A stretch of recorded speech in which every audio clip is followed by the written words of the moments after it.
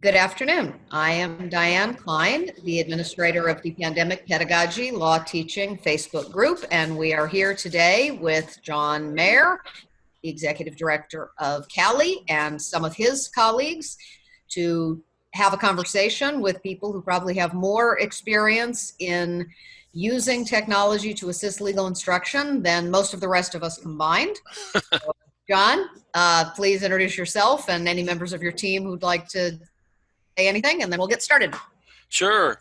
Hi, folks. My name is John Mayer. I'm the executive director of CALI. Been with CALI for over 25 years. A bunch of my staff are here as well. There's Deb Quintel and Elmer Masters, Sam Goshorn, Jessica Franks, Scott. I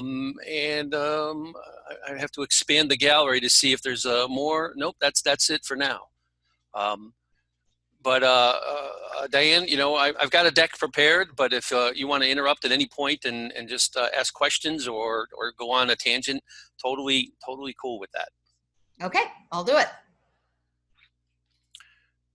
All right, let's get started. So I'm going to try to shrink down that so I can actually see my own screen. This is where it'd be useful. I can see the value of having dual monitors, so I can put the controls of the classroom, so to speak, in one, and then the presentation screen in another, or even triple monitors would be great.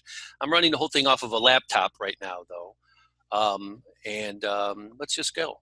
So I call this talk, and I promise this is short, 15 minutes at most, uninterrupted. But I figure we're going to talk for at most about a half hour here. We'll see how it goes. And we are being recorded so that we'll post this to the CALI YouTube channel afterwards. But CALI in the time of COVID, it's the oldest chestnut of a joke at this point of blank in the time of blank, of course, based on the book Love in the Time of Cholera. But nonetheless, in the Zoom School of Law, I am wearing my Zoom School of Law t-shirt. Brilliant idea. I don't even know who's behind it, but they've raised over $40,000 for food banks. So I endorse them doing that and helping folks in greater need than us. My agenda is pretty short. Emergency remote teaching versus distance learning, the National Strategic Stockpile of Legal Education, Lego or Play-Doh casebooks, and what will you do this summer? Let's roll right into this. So what we've been doing is not distance learning.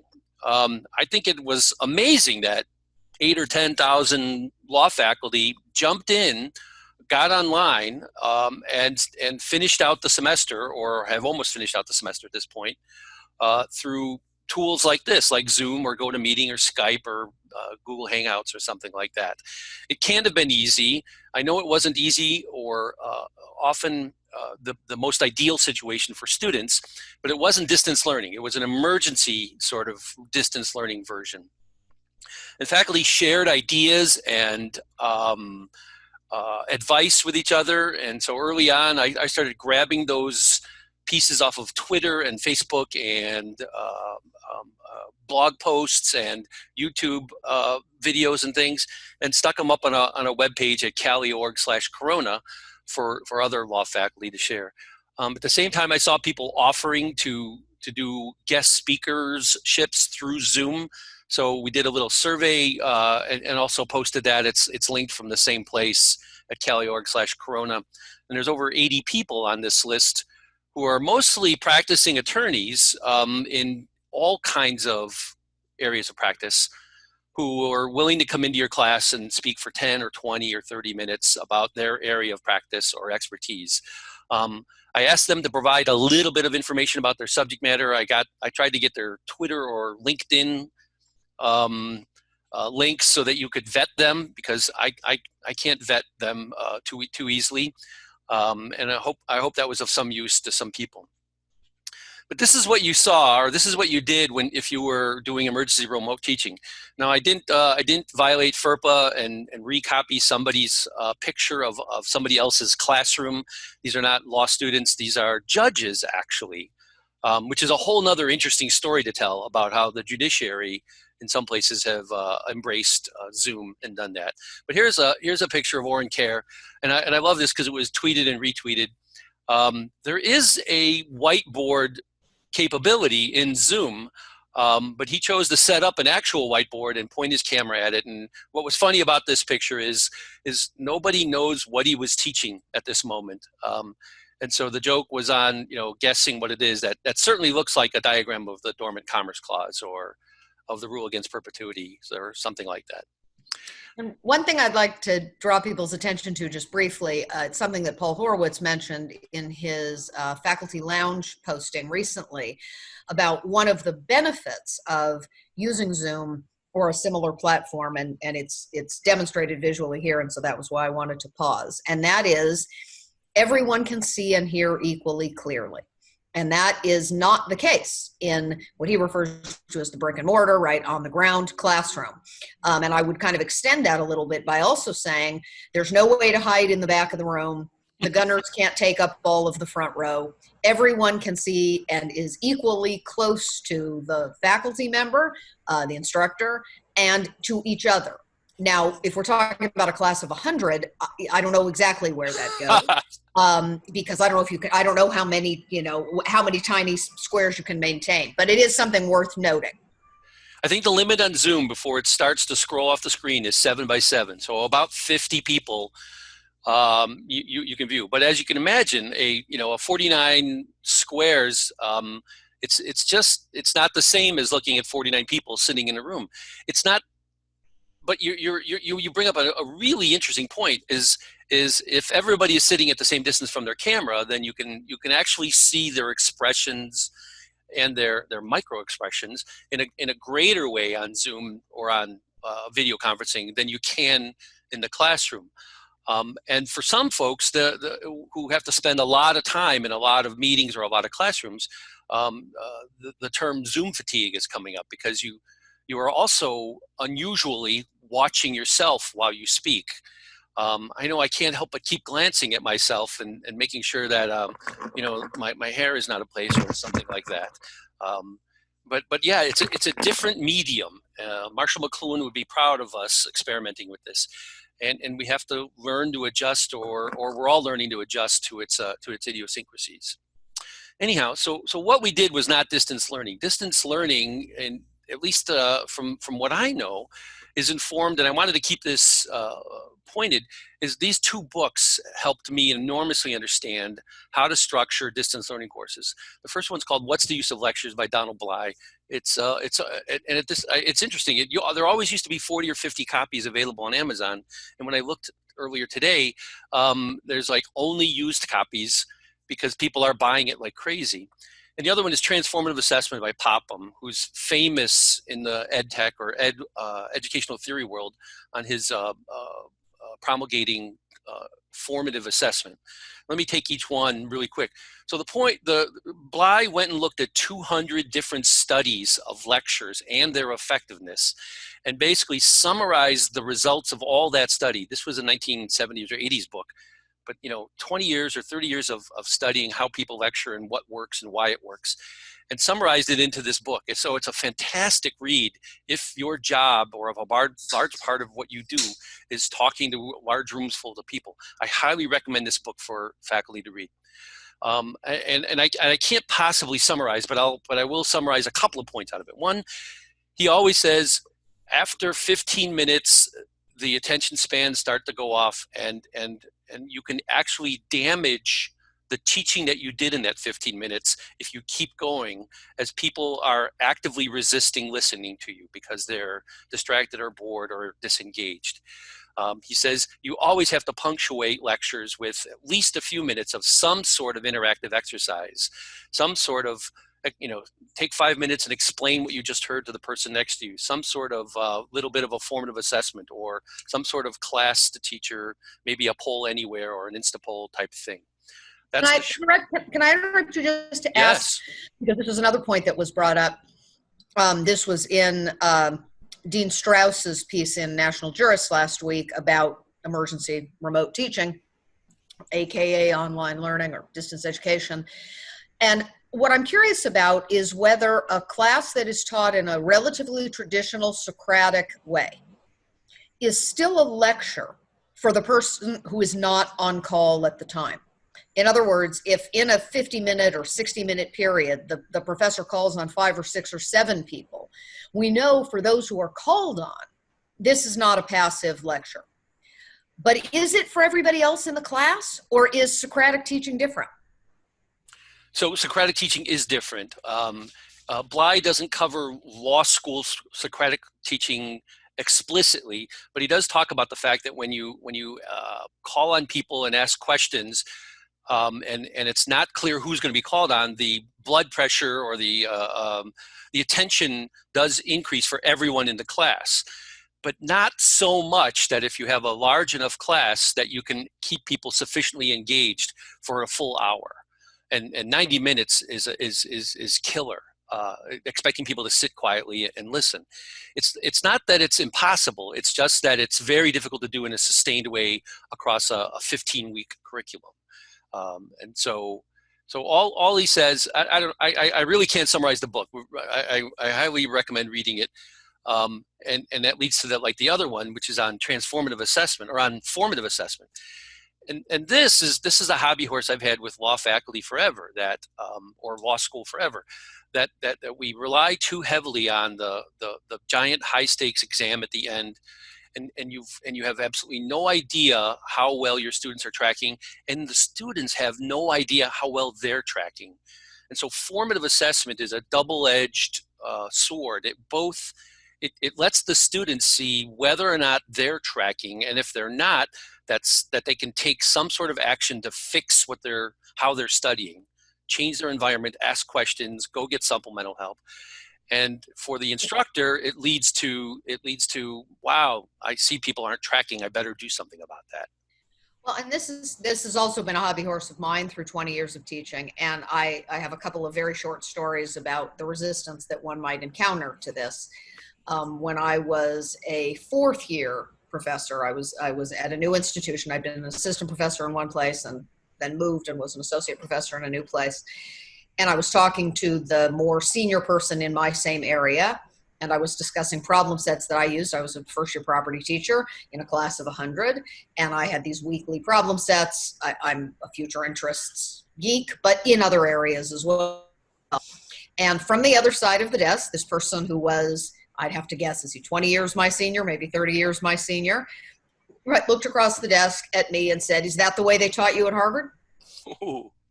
And what I wanted to say was, no, and we're not at Harvard, so-and-so.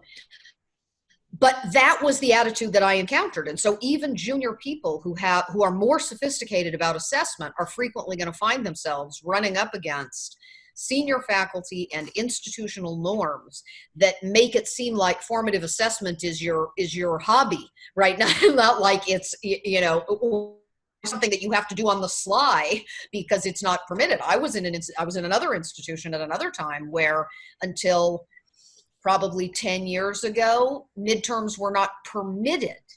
We're not permitted to count towards the grade. So you could give them, but if it's a low stakes exercise, you don't get the same result as in a medium stakes exercise of something that actually counts. So law school's way behind. And I hope at some point in this, we'll have a chance to talk about how what has happened in the past few months has forced, it's like taking someone who's been driving a horse and buggy and putting them behind the wheel of a Tesla with nothing in between. So we'll see how that's gone. But anyway, onward. So it's my hobby horse that, formative assessment is your friend, is a useful tool, and even more so in emergency remote teaching or distance learning that we might have to be doing an awful lot more of this summer and fall. And I claim, and I better be able to claim this as the executive director of CALI, that it's not hard to do. And what I mean by that is you can use CALI lessons. Now, CALI lessons are, there's 1,000 of them. They're all written by law faculty and the legal research ones by law librarians. They're vetted, which is to say they're reviewed by law faculty. We pay them to write them so that they hit deadlines and can finish them. We do them in punctuated groups called fellowships, where we get 5 of them together to write 5 lessons each. And as a result, they all look at each other's lessons and coordinate the activity. And then we can publish 25 or 35 lessons as a group. We have a whole bunch of brand new lessons right now under the rubric of law school success. We're really, really happy with these. These are cool, and they're a little different for us because they're kind of meta lessons. They cover things like how to study, thinking like a lawyer, the A in ARAC, case briefing. I've just got a couple of screen grabs here. Introduction to rule synthesis, how to learn from exams, so on and so forth. And they're written. These were all written by folks in the academic support and academic success community, and were funded by a grant by Access Lex. They were so happy with the result that they funded us again to do another 2 rounds of this. And so we hope to have another 60 of these lessons coming out in the next 12 months. Maybe a little bit longer. It takes time to build good online learning. So a CALI lesson, in case you don't know, is not a lecture. It's not a collection of multiple choice questions. It's rather a 25 to 45 minute collection of hypotheticals. So the student reads the hypothetical and then gets peppered with questions about that hypo, and it's not easy. Students go in there thinking, oh, I can just coast my way through, and they get low scores. And that's because these are as hard as any Socratic dialogue. And at least that was the original goal for CALI lessons, was to replace or to mimic the Socratic dialogue in the classroom.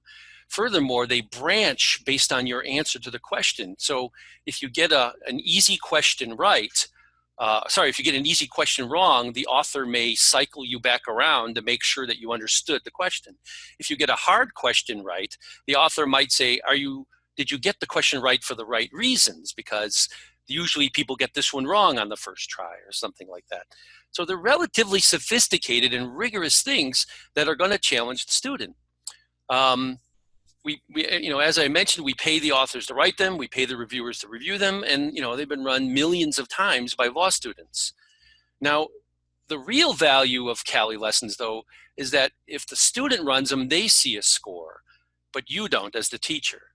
But there's a way to go to the CALI website and create a link called a lesson link that then lets the faculty see the student's scores. And that's the formative assessment that I'm talking about. So you can see how well all of your students did on a particular CALI lesson. And if they're all doing poorly, if there's lots of red, then maybe there's something wrong in their understanding of that topic. And if you want to even go down a little bit deeper, you can look at the individual questions inside of a CALI lesson and just look at the ones where people really, really did poorly on and pull them up in class and say, let's talk about this. 80% of you got this wrong. I want to dig into this a little bit deeper. So my last piece on the CALI commercial of this is a feature that we call Lesson Live. And Lesson Live is like Lesson Link live, which is to say you can run a lesson in the classroom and the students can run the same lesson in sync with you, and then you can see the scores first in aggregate and anonymized, and then non-aggregate and non-anonymized if you choose, right up on your screen. So it's sort of like doing Poll Anywhere, but built into a CALI lesson. It takes, you should practice with this, but it's kind of fun to do. My last point on CALI lessons is they were all written in a piece of software that we have called CALI Author. We have a brand new version of that authoring software in beta right now. And the point is that if you don't like the content of our lessons, or you want to tweak it or add notes or put a little thing to your students, you can take a copy of the lesson and use CALI Author to adjust the lesson yourself. Our goal is to give you the agency to do what you want in your teaching. And it takes a little bit of effort to learn the interface, just like it does anything. But if you want us to come to your school, virtually at this point, and teach your faculty or teach you or run through some tutorials, we'll be happy to arrange something like that. So you can write your own CALI lessons if you want, or you can take our existing ones and remix them and republish them, and then use the same formative assessment capabilities that I just described, Lesson Link and Lesson Live, to your class. Can I ask you just quickly about the intellectual property and licensing dimensions of remix, republish, stuff written in your software on your platform? Who owns it? Who's licensing it to whom? So so we own the CALI lessons, and if you remix and republish them, you own your changes to those lessons, and we continue to own our content that's now mushed in there, and we own the software that drives it as well. And everything is copacetic as long as your school remains a CALI member. We haven't yet, because this is relatively new, and we haven't gotten to the point where people want to take it away and give it to people outside of that. We would have to have a conversation both internally and with you to figure that out. But to be honest, we want to encourage people to experiment and to get smarter about these tools. And so, our goal wouldn't be to maximize our profit, because we're a nonprofit made up of law schools, and our goal is to make things more possible. Absolutely. And I don't ask the question at all from the point of view, I hope, of seeming accusatory about it. Oh, no.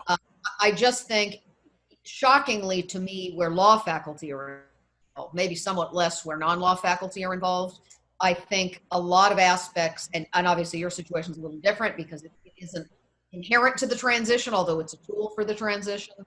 But I think in making this very rapid transition, it hasn't occurred to many people that instrument, that formative assessment instrument that you create in Blackboard, actually doesn't have the same legal status as those things you wrote on a piece of paper, right? It seems the same to you, right? Your home computer, your office computer, your Google Doc, you're inside of Blackboard. But those of us who are a little more sophisticated about this, and that's why I'm surprised when law faculty seem insensitive to this, something else is happening, right? And you're in relationship with an entity that is not your employer, right? It's a private vendor, even if it's a nonprofit, that's a different thing. And again, like I say, this is not about accusing anybody or anything else, as just sensitizing people to the fact that if they jot down a CALI question on paper and use it as an idea for an exam question, right? That's a different situation than something that they are modifying. And am I right in thinking that because it's on your software and on your platform, you have access to every modified question that someone might create? We do. I'm not saying you would read it without permission, but you absolutely can see it. Absolutely. I mean, because we own the platform. Right.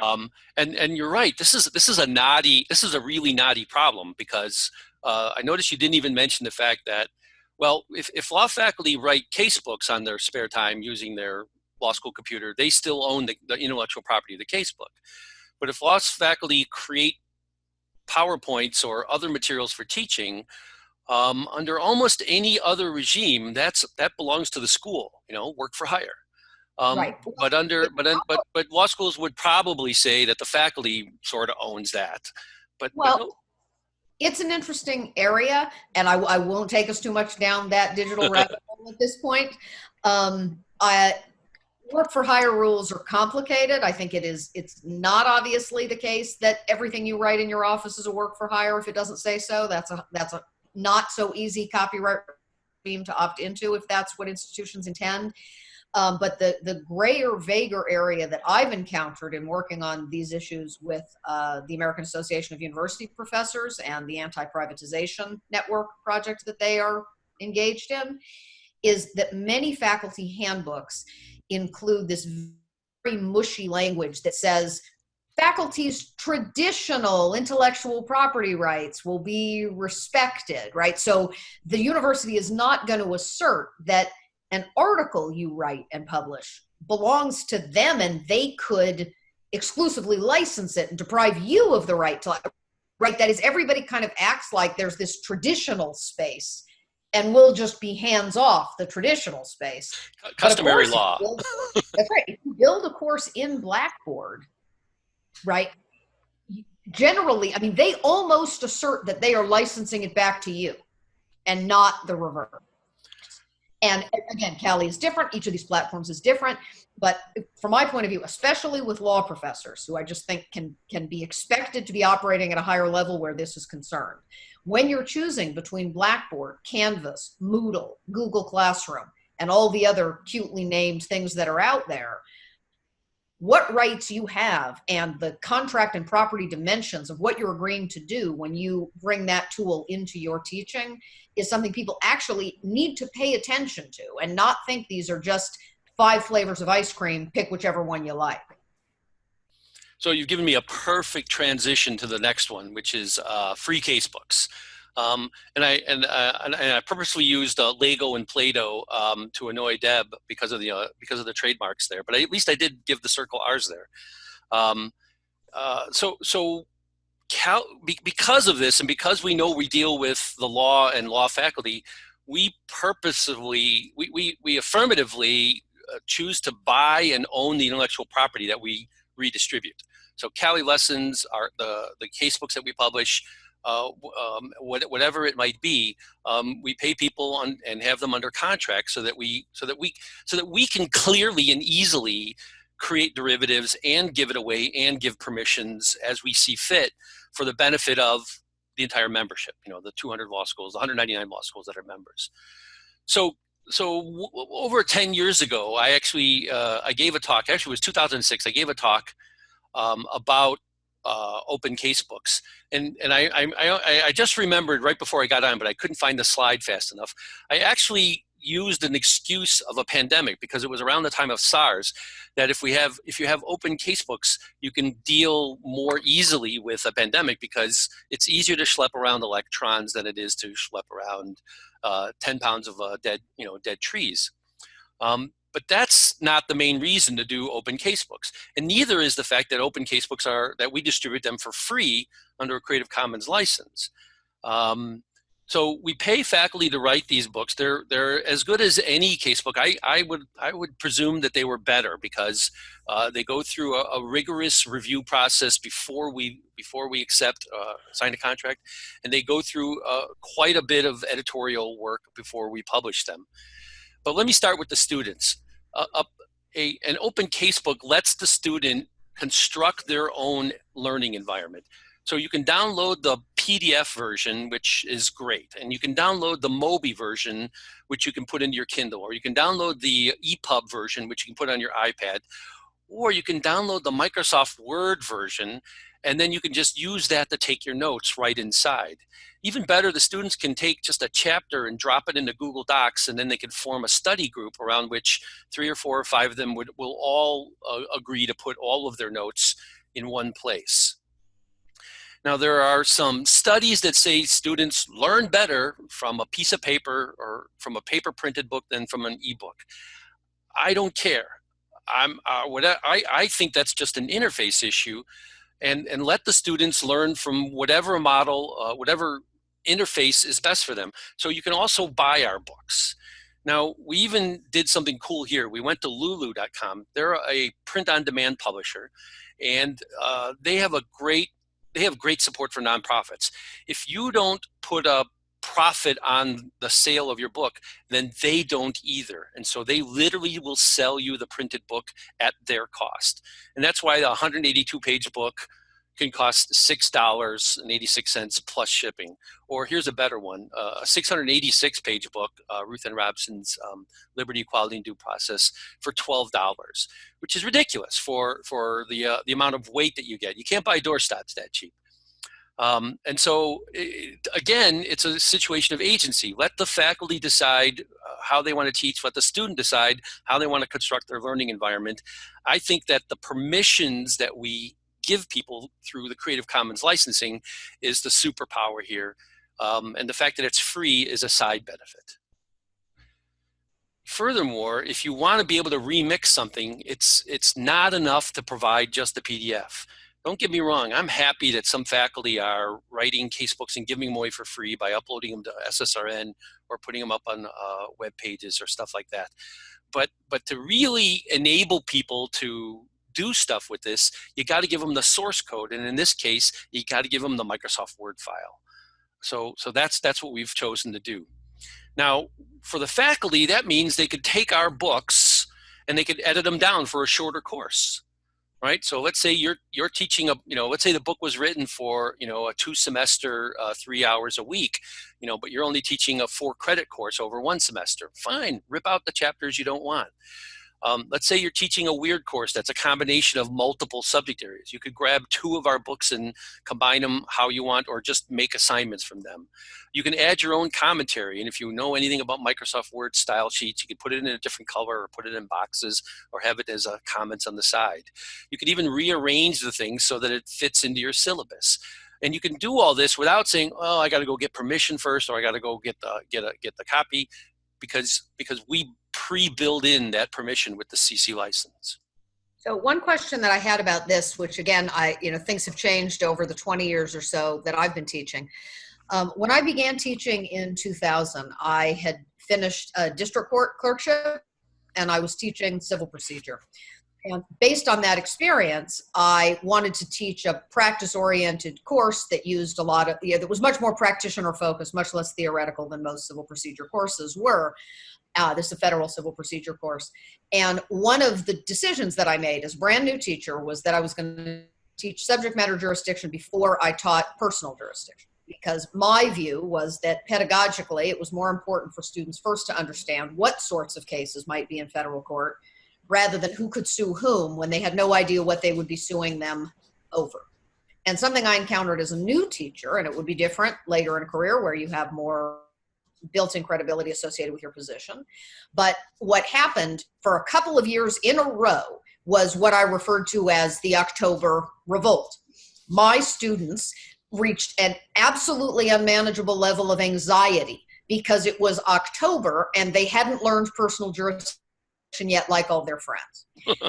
Making matters worse, I did not use a traditional casebook. I actually made them read unedited cases because I think for teacher, it's very important to realize that cases don't come pre-digested where under a heading that says amount in controversy, right? You have to figure it out. And again, I have ideas about this in the context of civil procedure because no one goes to court in order to figure out what the amount in controversy is, right? That might be the ultimate result of the case, but it's not the reason for the suit. So civil procedure has some distinctive features. But I bring this up only to ask about your experiences, what your feedback from faculty about unconventional casebooks and faculty willingness to accept them and student willingness to accept them, or whether you get pushback if people don't have the red book with the gold binding like all their friends or like all the other teachers in your institution. No question we get pushback, and no question that people want to continue to do things the way they've always done things in the past. Having said that, it's only in the last couple of years have we started to see an uptick in people saying, this just makes too much sense. I want to do it this way. I think it's also a generational thing. I got to admit, the younger faculty or the newer faculty coming into law school feel students' pain more than the older traditional faculty, especially when casebooks are ridiculously expensive, $250, $275 per book. And so they may be more attracted by the fact that the books are cheap or inexpensive rather than that they're open or free. I don't care. Come for the free, stay for the open, or come for the free, stay for the Libra, because the Libra means that you have permission to do what you want with the book. And John, can jump in, Elmer. One of the things about the Langdell books is they are essentially traditional case books. The only thing that's untraditional about them is that they're free and they're licensed so that you can do things with them. But in terms of the structure of most of these books, I mean, they are as traditional as case books get. I mean, nobody's doing anything experimental for the most part. I mean, there are some, that use a lot of media and stuff, but most of them would look fine in the red binding with the black band and the gold letters. They would, matter of fact, some of them came from there. And so, so there's not so some faculty are drawn these days to that free aspect. And they know that they're getting what's essentially a traditional casebook.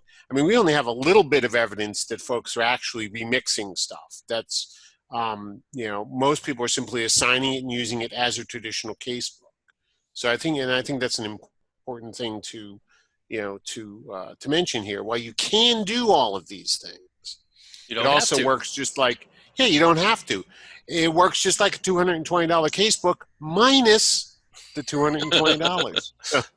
Well, and I'll jump into here too, if I may, John. One of the things that we're very proud of is the peer review process that the books go through. So they're not put out by one of the what I call the big boy publishers, the Gilded Edge pages, the standard. My class uses the red book sort of thing, but we go through a very extensive peer review where the books go, individual chapters go out to subject matter experts defined as folks who have been teaching since the dawn of time or the day after. And they come back with anonymous comments to allow for that awkward meeting at AALS in the elevator that gets stuck, because I fear that. And the books are revised. So yes, we're not the publishing house that people maybe went to law school with or grew up with, so to speak. But we're adding something different in addition to subtracting cost. And I think there's an important selling point, again, whether it's for younger faculty because they're closer to the law student experience, or for people who are really concerned with access and the cost of legal education. This is one of those things, right? The cost of books, in a way it's a drop in the bucket, right? You say tuition is $30,000, $40,000, and the books merely $1,000, right? But it's significant, and students realize pretty quickly that these books don't have much of a shelf life, quite literally. Maybe they have a shelf life, right? That is, they'll stay on your shelf, right? But I mean, I remember as a law student, there were some student groups that would arrange the sale of books, right? From 2Ls to 1Ls, from 3Ls to 2Ls. But we all know that these books are revised too frequently for that generally to work, much to the frustration of often even of the assigning faculty who don't want to assign the page numbers in 3 different editions. I mean, I think there's a tremendous benefit to all of this, but I'm also a free software person, right? I mean, I am resistant in my own institution to excessive reliance on Westlaw, to say nothing of Twen, and the idea that everyone should be socialized into the use of a proprietary vendor. I'm not for it. I'm against it, but that's another of these battles to be fought, I'm afraid. Yep. All right, let's move along. So this slide, I love putting money on PowerPoint slides. It's just to remind me to tell people that if you're going to write a casebook, you should be paid for it. I know there's lots of efforts that are Wikipedia-like, hey, let's all get along and for free do a whole lot of work that we give away. Sure, if you're willing and able to do that, love you for it and appreciate it. However, if you want to be paid for writing a casebook, we will pay you to write a casebook. And I'm not talking about chump change. Serious money can be had by writing a casebook for CALI, because I know that I'm competing in a market where there isn't going to be a steady stream of royalties. You're going to be paid entirely up front for your work so that we can then give it away forever. We also pay people for updates to our books because the law does change over time. And so, this is establishing a bit of we want to establish a bit of a relationship so that you can keep your materials up to date, create PowerPoints for it, write a teacher's manual, the whole bit. And so if you're interested in that, and this summer you should be thinking about that, contact us. We have lots and lots of books, tons on text, These are just a series of slides showing some of them. First Amendment by Ruth Ann Robson at CUNY. She's a marvelous author. Greg Germain on bankruptcy law, sources of American law. This has been adopted by a dozen or two schools in legal research by Bo Steenken and Tina Brooks. Elmer mentioned that we're not doing anything, that a lot of these are traditional case books. Steve Johnson, who's on my board of directors, wanted to write a non-traditional case book. So he's got the cases in here, but he also wrote a series of short CALI lessons that he links to from in the book. Now, of course, you can get to those lessons without the book, but you can. But the point is, he wanted to build a multimedia aspect to his teaching materials. We also have coloring books, because adult coloring books are calming and mindful, and the pictures are taken from graphics that we had commissioned for CALI lessons. And of course, every picture has a little blurb from the lesson, so it teaches a little bit about the law and points off to the URL for the lesson. These are all written by faculty, they're reviewed by faculty, they've been downloaded over 100,000 times. You know, come on in, the water's fine. So that's my talk. The what will you do this summer is basically, I think, right now, we don't know what's going to happen this fall, but one of the things that we could be doing is preparing for any contingency. And if that means creating a better distance learning course so that you can teach this fall, or looking at CALI lessons and how they might be integrated into your syllabus, or writing multiple choice questions using a tool we have on our website called QuizWrite, or editing a casebook that we have because you can download the Word version. You know, this is the time to do it. So that's how I'm going to end and say, what will you be doing this summer if COVID-19 is still part of our educational space? Let me finish off with, this is the CALI team. There's 199 law schools, 1,000 lessons, 50 casebooks, and tools for remixing and doing such things. We're a nonprofit. We've been around since 1982. So we're coming up on our 20th year, and we have a conference coming up in June, which is entirely about legal education, the pandemic, and technology. You should go to 2020.calicon.org and submit a proposal, or definitely attend, because if you pay $25, we'll send you a happy fun time swag box with a t-shirt, a yo-yo, some surprises, and some very strange snacks. So I'm done. All right. Well, and I'm happy to promote that event as much as possible and encourage people to think creatively about the sorts of contributions that they might make, because what's really been fun and interesting for me, just to talk for a brief moment about the Pandemic Pedagogy Law Teaching Group. I was originally added to a very large Pandemic Pedagogy Facebook group on March 11th or 12th that quickly grew above 20,000. I think it has close to 30,000 members now. And I was added by a friend who was a law teacher, and quickly realized, as I spent a little time in the group, that when you've got a group of everything, K to 12 teachers, college teachers, community college, law school, right? There certainly are some interests in common. There is some common ground, which I would not deny. And interestingly, many of the challenges faced by students, digital divide issues and so on, are actually common and universal, or geographic, rather than having to do with the educational setting. But then there are issues that are of distinctive concern to lawyers and law professors, and also subjects you can discuss in a more sophisticated way when everybody is a law professor, right? There's stuff, you know, you don't have to have endless conversations in which people tell you what the fair use rules are based on their wisdom. So I then created the Pandemic Pedagogy Law Teaching Group, which now has about 750 law professors in it. We do have every state represented, although not quite every law school, and I'm a completist, so it's kind of bugging me, but I'm going to track some folks down.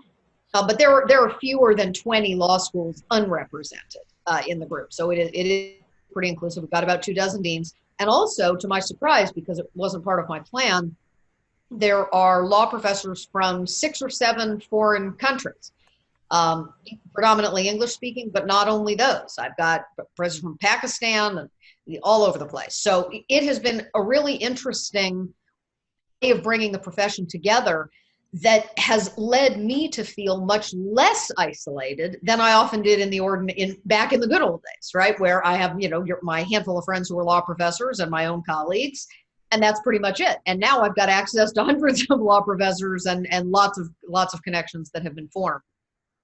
So in the course of that, and I'm hopeful that this will translate into some things that come into CaliCon. There's everything from people who will want to talk about technology, right? How they've used Zoom, how they've used other technology tools, to people who are teaching about the pandemic. So there's also that. The COVID-19 law, the public health law, the environmental law, the contract law, the tax law, the bankruptcy law, right? So, and I think there may be lots of interesting potential CALI lessons that might come out of that as people think in the coming years about how to teach the pandemic in a law school, right? Not how to teach during a pandemic, but how to teach the pandemic, right, as a historical event that has legal dimensions that will be playing out over the course of many years. So I will certainly be encouraging people. But to come back around to the question, what will you be doing this summer? This connects to some other conversations that I've been having with people. Do you have a sense of whether law schools are prepared to make an investment in the form of paying or doing something to make it appealing for faculty members to spend a week, 2 weeks, 3 weeks, a month of the summer really bringing themselves up to a higher level of competence? Or is this endlessly going to be a coalition of the willing, right? People who are already interested, throwing themselves into it. And then that's going to be a small fraction of the faculty in any given institution, kind of no matter what you do. So do you have a sense yet of where administrations are on training people to do distance ed and not just emergency remote teaching? I think it falls into three categories. First of all, I say I'm endlessly optimistic that and going to promulgate that idea that if you're not planning for the worst case this fall, get going, because the worst case is not a non-zero possibility. But to me, it falls into three categories. One is people who aren't going to do anything because they think it's the pandemic will be over by fall, and anything away from that is too horrible to contemplate. The second one is the people who are going to prepare, the coalition of the willing. But I think the majority of people right now are in the big middle space, which is how do we know? How do we figure out which one it's going to be? They don't know whether their states are going to be open. I'm sure the law schools in Georgia are in great shape now because they're all allowed to be open next week. But here in Illinois, the governor said, I'm thinking the end of June.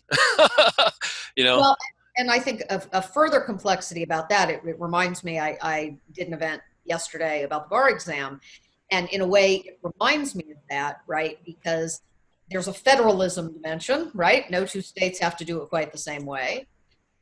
Then there are public and private institutions within a state, right? Public institutions may be at the will of their governors or legislators in a different way than those in a private institution, right? A private institution say, this is what, again, more permissive, less permissive. A private institution couldn't reopen against regulations that prohibited it, but they could stay closed against regulations that would permit reopening, right? They could just make the decision that this makes more sense. All of the above, right. The above. And something that everybody asks everybody to prognosticate, and it's really one of those, the plural of anecdote is not anecdata, right? Right. But my own sense of things, for whatever it's worth, which may be nothing at all, is that many schools may be open enough for faculty to be back in their offices. That does not seem crazy to me, right? Faculty in offices allow social distancing. There's access to bathrooms. Right. That as a work environment, that seems to me reasonably accessible if there's decent access to testing and so on. That is quite a different matter from 12 people in a seminar room or 100 in a lecture hall without reliable access to testing. Well, one of them. So except, are you an immunocompromised faculty member? Correct. Or do you live with somebody who is, or are you taking care of people who might be, right. Then you're not going to want to come into the office until vaccines. And I think one of the big issues that we're also going to where that's concerned. And I think about this for faculty in many segments. Again, not just the law school population, although once again, I'm always surprised to find law professors no more sophisticated about this than, you know, the guy on the street, it sometimes seems, is what scope people have to insist that they do instruction remotely as a disability accommodation, as an FMLA accommodation, whether they just think they ought to have the right to do it, right? Whether those with tenure will assert it and demand that right on behalf of themselves as well as their less secure colleagues. It's quite complicated. And I think insisting unimaginably, insisting that students be on campus, I think is crazy. And that's why, to me, again, we were talking about the bar, Marcia Griggs was suggesting you've got to have a plan A, a plan B, a plan C. It seems to me everyone's plan A has to be that you will have students receiving instruction remotely.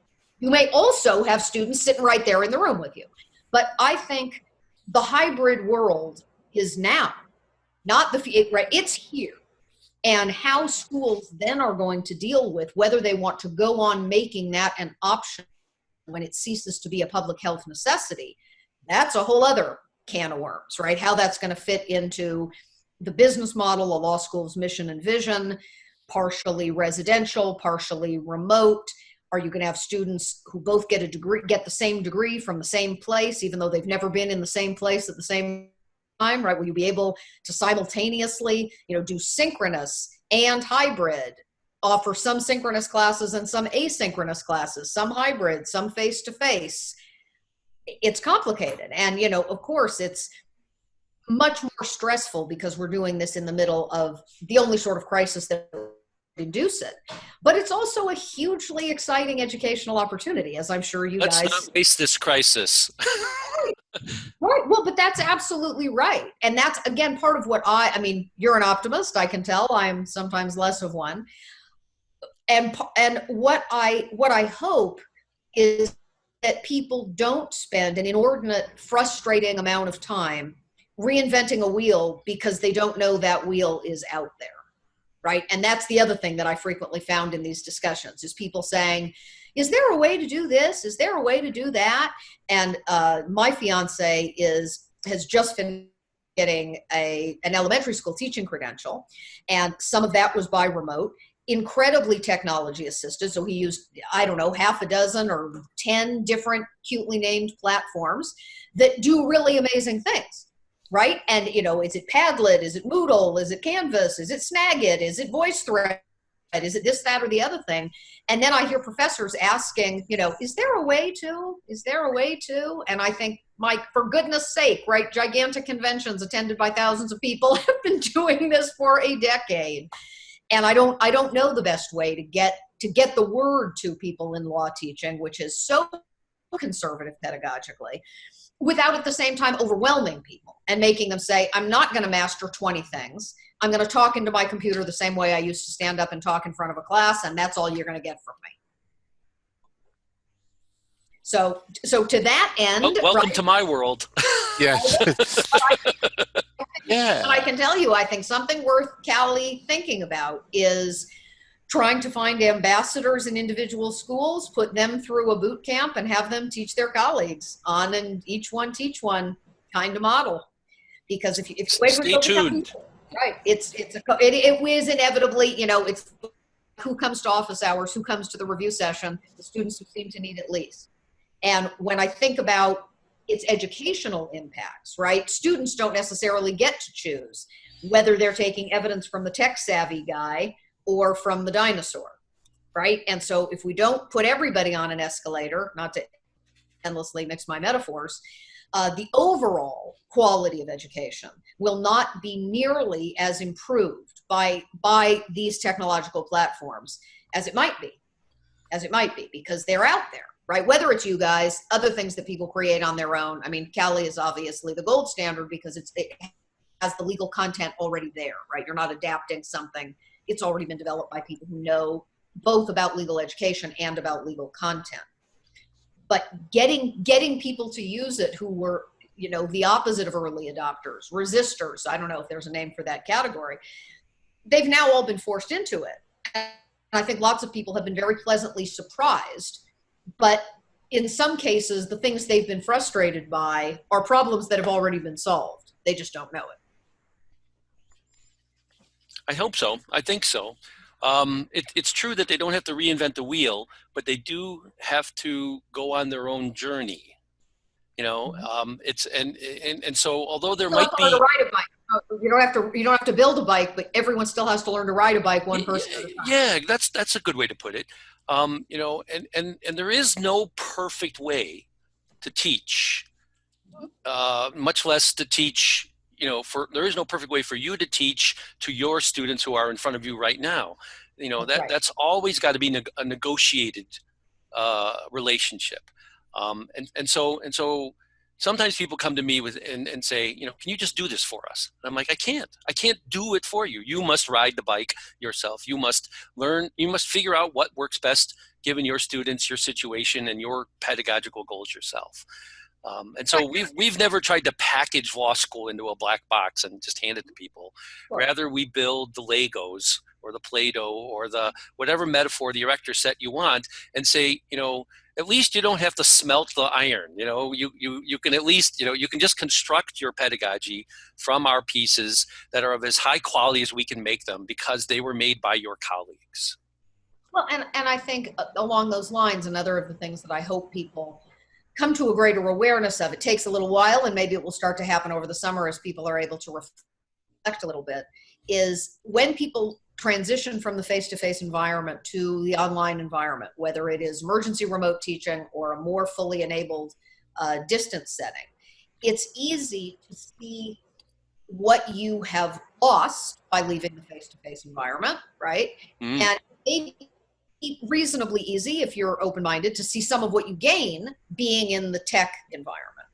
I think it takes a next level of reflection to realize some of the limitations of the face-to-face environment that you have now been freed of. I mean, just as you were saying, there's no perfect way to teach, right? People should not imagine that the default method of teaching they were engaged in was the Platonic ideal.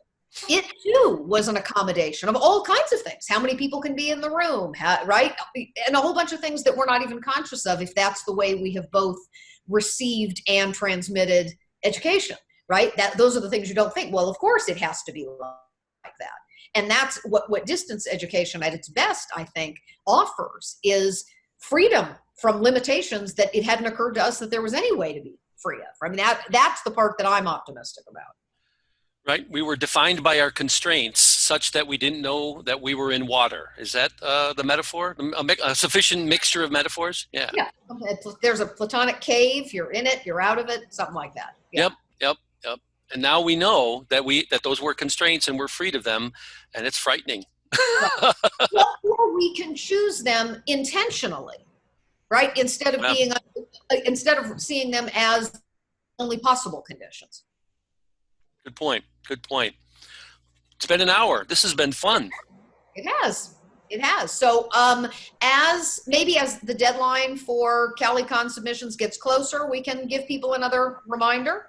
And then hopefully as the event gets closer, we can give people a reminder to participate in any of the ways in which that will be possible. I'm looking forward to it. Yep. And, you know, if you ever want to have a conversation like this again, I'm up for it. This has been fun. Well, I think when we start finding out more about what's going to happen in the fall, people's sense of urgency / desperation, but also perhaps combined with a desire to actually plan, may stimulate some more interest in it. So we may actually rerun some of this, but hopefully we'll also have a tape version that may tell people about some of the resources that are out there that they otherwise didn't know about. Yep, absolutely. So I promised people that I would show them my cool new Zoom background. Okay. And there I am, the yawning hedgehog, saying goodbye. All right. Thank you very much for your time. We'll be in touch soon. All right. Bye-bye.